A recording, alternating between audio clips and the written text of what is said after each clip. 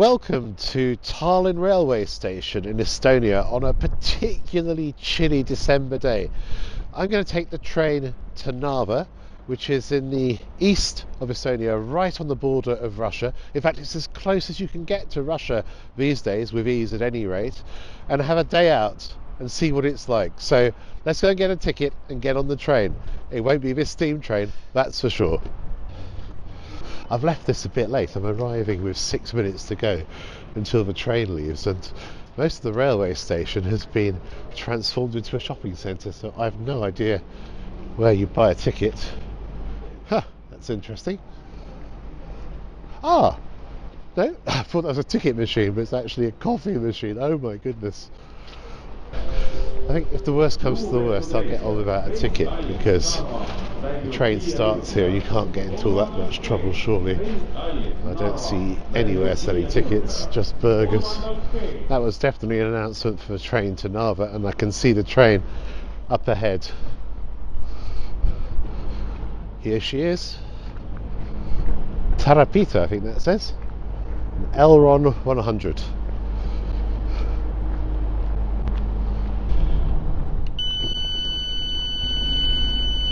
On we get.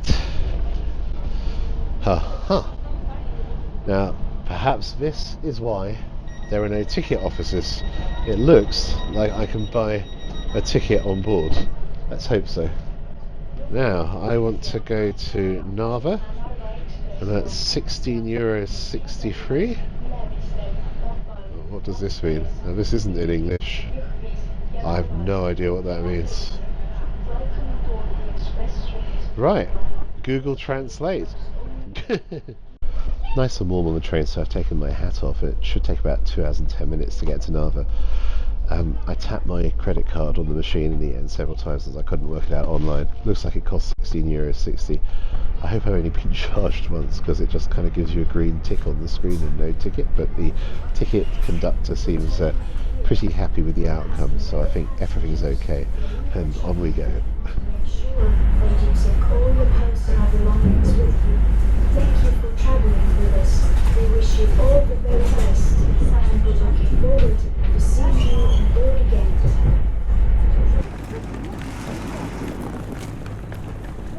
Coming out of the railway station here at Narva, it feels a different world to Tallinn already. It's a lot colder, more snow on the ground, and I suppose that's appropriate, because this railway station is actually only 300 metres away from the Russian border. That's why there's a passport control inside, although it's not used at the moment as there aren't any trains crossing the border. So I'm going to wander around Narva, find out a little bit about the city, and we'll also find out just how close we can get to Russia, and if we can actually see anything of Russia.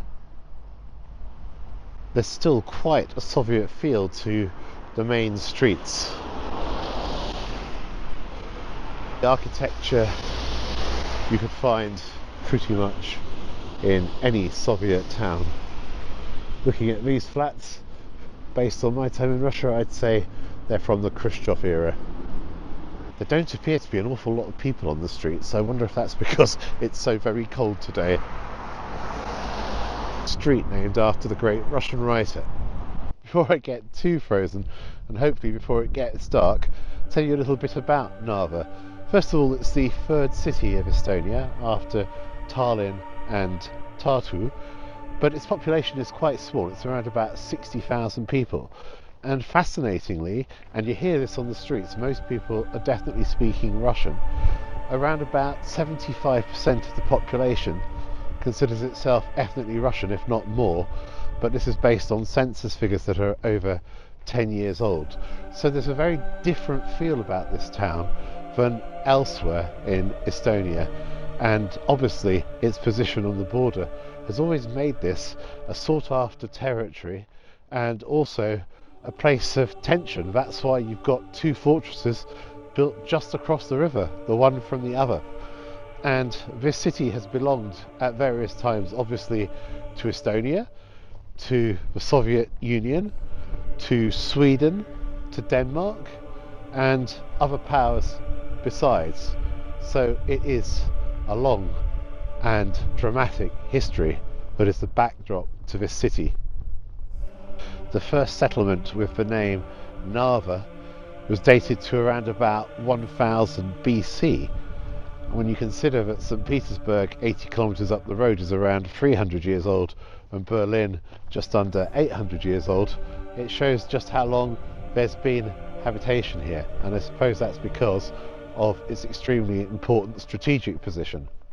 And as you wander on, you can see the border crossing just behind me, border crossing to Russia, and indeed a coach here which is travelling from Tallinn all the way through to St. Petersburg. And there aren't many direct links to Russia anymore. Most of the air services have stopped from Europe, in fact all of them from the EU at any rate, in Britain, and also a lot of train lines have been stopped, so there aren't many ways through, and this is one. But this border crossing would have been much busier before the conflict in Ukraine, and really it's a sad statement on the situation in Europe at the moment.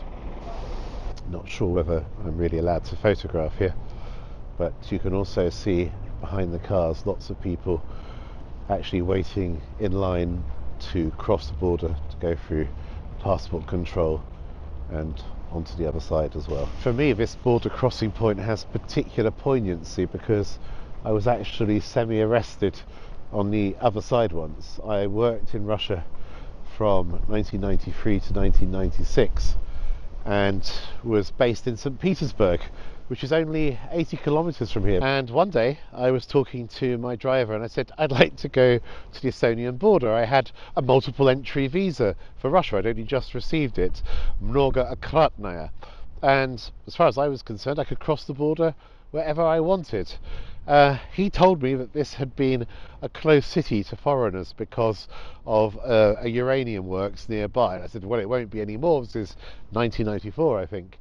And we drove here and I had 2 or 3 lovely hours on the other side of the river, the Narva River, in a town called Ivangorod.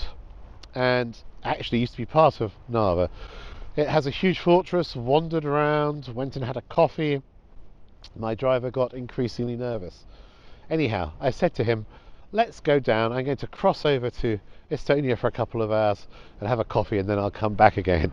I got to the border crossing point and the border guard made quite clear to me that my visa was not valid for having an afternoon wander across the border to Estonia, and that this could cause me a lot of trouble in St. Petersburg relating to my work permit. Anyhow, we went at gunpoint, more or less, into a little office, sat down, and I had to pay a little bribe. I think it was around about $100, perhaps a little bit more for each of us, in order for us to be allowed to leave Ivangorod peacefully for the 1.5 hour car drive back to St. Petersburg. I didn't do it again. The pathway back to Russia, it's good to see there's a tax refund office. I wonder if Western visitors are actually allowed to cross here or whether you have to fly in at the moment, because flights have become so expensive to Moscow that flying to Tallinn and then coming here I think would be a much cheaper way of doing it. And there behind the trees on the other side you can see Ivangorod and Russia. It isn't easy, even practically, to get there these days. You can't use credit cards in Moscow or St. Petersburg, so if you're going to pay for your hotels and everything else, you're going to have to take large amounts of cash or find an arrangement with somebody in Moscow, which isn't that easy. Perhaps we can find a way next year, but as a result, I was just wondering how close can we really get to Russia here in Narva, which is obviously right up against the border, probably one of the largest towns to border directly with Russia, and whether we can do any sightseeing in Russia. So I'm going to try and see if we can get a view of the Ivangorod fortress, which I saw all those years ago, and just how close we can get to it. So far I don't seem to be able to get past the fortress here in Narva on the other side. Let's try and do one of those arty reveals. Does it work? Well, ladies and gentlemen, that on the other side of the river is Russia, and I call that Russian sightseeing. What an extraordinary view of 2 fortresses in 2 different countries, 2 ways of thinking and seeing the world, and to consider that these 2 fortresses have actually often been in the same city and the same country, and have also obviously been areas where different powers across the ages have faced off against each other. At the end of that bridge you can see a little green area, which I imagine is the passport and customs area. That is where I was stopped all those years ago. And then the Russian tricolour flying proudly. Gosh, Russia feels so close. You could literally just reach out and touch it. And actually it's an amazing perspective on the fortress. It's obviously one that you can't see when you're on the other side. So I had a good reason to cross the border in order to try and get tea all those years ago.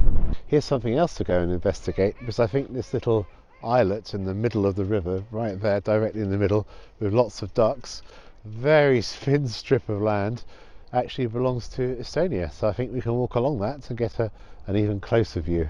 How about that? Goodness me, in the summer, evidently not now, this actually serves as a city beach right on the border.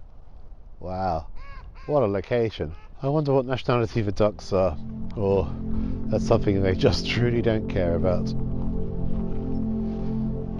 It's just 2:30 in the afternoon and the sun is already very low in the sky. A reminder of how little sunlight is seen in the deep winter months once you get this far north into the Baltic.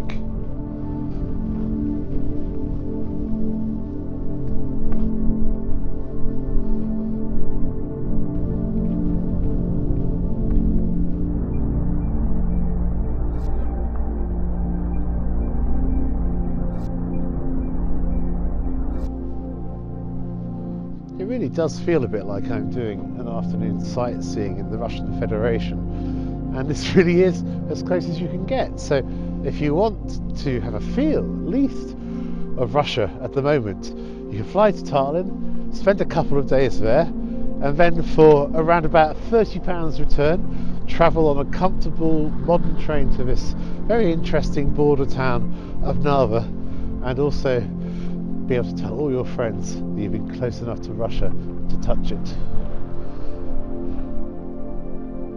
An Estonian border post. By the 13th century, the Danish ruled over the territories of Estonia, and that is when this particular castle behind us was built.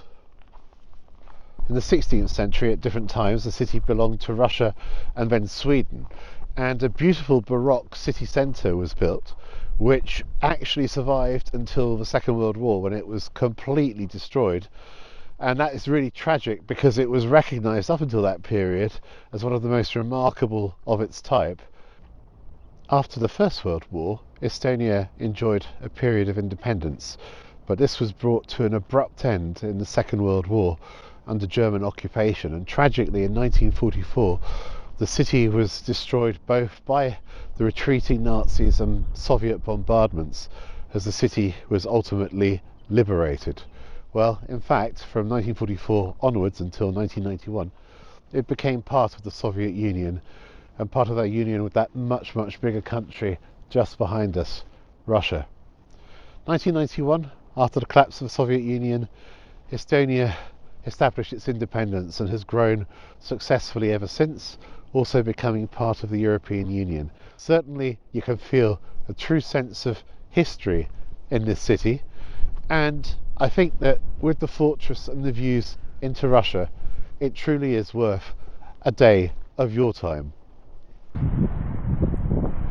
I'm delighted to say I've come in from the cold, and the closest restaurant to the border crossing is called Old Trafford. Apparently the owner liked the name. I don't think he's a football fan, but it's certainly a theatre of dreams in this weather, I can tell you. And I'm sure that all Manchester United fans, and hopefully Sir Alex Ferguson, Cristiano Ronaldo and all the rest, will be delighted to know that the closest restaurant to the Russian border in Western Europe is named after Manchester United's football ground. So I'm going to enjoy this warming mulled wine now, something I really need. Brisk 10-minute walk from the centre of Narva through the snowy and very cold streets, and just in time for my train to Tallinn. Well, I do hope you've enjoyed this adventure. It's as close to Russia as we can get. If you have, like the video, you know what to do, subscribe, ding that bell for notifications, and most of all, thank you, or as they say in Estonia, they say either tänan in Estonian, or spasiba in Russian for thank you. Goodbye, we'll see you on another adventure soon.